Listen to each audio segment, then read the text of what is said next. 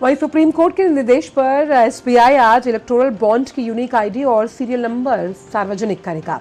पिछली सुनवाई में शीर्ष न्यायालय ने एसबीआई को बॉन्ड के यूनिक नंबर सहित हर जानकारी 21 मार्च तक देने का निर्देश दिया था।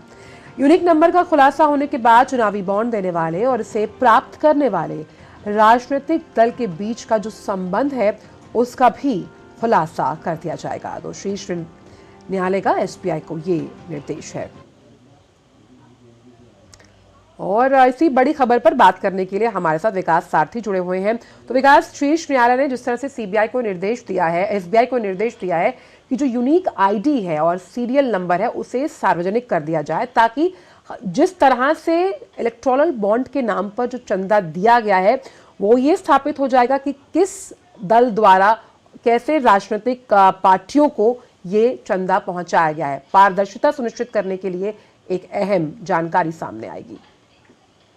बिल्कुल, देखिए, सुप्रीम कोर्ट ने जब 15 फरवरी को फैसला सुनाया था उसमें ये कहा था कि दोनों जो भी जानकारी स्टेट बैंक ऑफ इंडिया के पास है वो इसको इलेक्शन कमीशन को सौंपे और ये वेबसाइट पर आए इलेक्शन कमीशन की। लेकिन हमने देखा कि जब लिस्ट आई तो उसमें जो एक अल्फा न्यूमेरिक आईडी है हर इलेक्टोरल बॉन्ड की, वो एसबीआई ने साझा नहीं की थी ईसी के साथ, और इसीलिए कोर्ट को दोबारा ये आदेश देना पड़ा कि आज शाम 5 बजे तक, यानी गुरुवार शाम 5 बजे तक ये हलफनामा चाहिए एसबीआई चेयरमैन और एमडी की तरफ से कि सारी जानकारी, जो भी जानकारी उनके पास है। इस बार सुप्रीम कोर्ट ने सीधे सीधे तौर पर यह कहा है कि हम पॉइंट आउट नहीं कर रहे कौन सी जानकारी, जो जानकारी आपके पास है वो सभी आप इलेक्शन कमीशन को सौंपें और इलेक्शन कमीशन उस जानकारी को जितनी जल्दी संभव हो अपनी वेबसाइट पर डाले।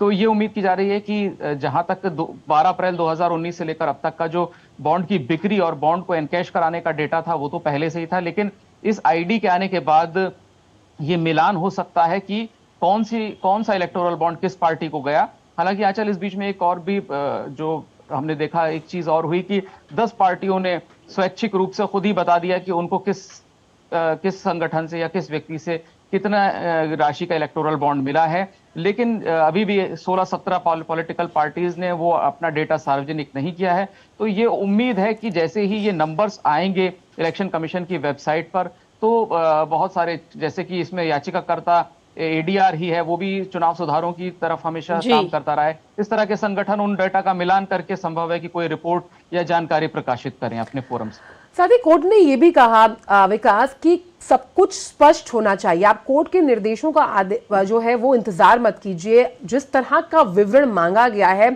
स्पष्ट तौर पर ये सबके सामने होना चाहिए। इस तरह से कोर्ट ने जो टिप्पणी की है उसके क्या मायने निकाले जाएं? देखिए, 15 फरवरी का इसका थोड़ी पृष्ठभूमि ये थी कि 15 फरवरी को जब फैसला आया था उसके बाद लगभग 20 दिन बाद एक बार एसबीआई की एप्लीकेशन पर सुनवाई हुई और उसमें एसबीआई ने ये कहा था कि अगर सुप्रीम कोर्ट ये चाहता है कि ये डेटा हम मिला के दें कि कौन सा इलेक्टोरल बॉन्ड किस पार्टी ने एनकैश कराया, तो उसके लिए एसबीआई ने कहा कि 22,000 इलेक्टोरल बॉन्ड बिके हैं, 22,000 इलेक्टोरल बॉन्ड एनकैश होने की जानकारी अलग जगह पे है, इन दोनों को मिलान करने के लिए उसको 3 महीने का वक्त चाहिए। तब सुप्रीम कोर्ट ने यह कहा था कि आप ये काम ना करें, आप सिर्फ 1 दिन के भीतर ये पूरी जानकारी इलेक्शन कमीशन को सौंपे और वो डेटा पब्लिक इलेक्शन कमीशन करेगा। तो उस आदेश के बाद ये अल्फा न्यूमेरिक नंबर उस सूची में नहीं थे। हालांकि एसबीआई ने बाद में ये कहा कि उसको कोर्ट का ऑर्डर समझने में कुछ कंफ्यूजन हुआ कि वो आईडी देनी थी या नहीं देनी थी। हालांकि इसके बाद आज ये उम्मीद कर रहे हैं कि शाम 5 बजे तक एक हलफनामा एसबीआई की तरफ से आ जाएगा कि उन्होंने सारा जानकारी साझा कर दी है चुनाव आयोग के साथ। चलिए, बिल्कुल। तो उम्मीद हम करते हैं कि आज जब शाम तक एफिडेविट आएगा तो ये जो यूनिक बॉन्ड आईडी नंबर्स हैं वो स्पष्ट तरीके से साझा कर दिए जाएंगे साइट पर। बहुत बहुत शुक्रिया विकास इन तमाम जानकारी को हमसे साझा करने के लिए।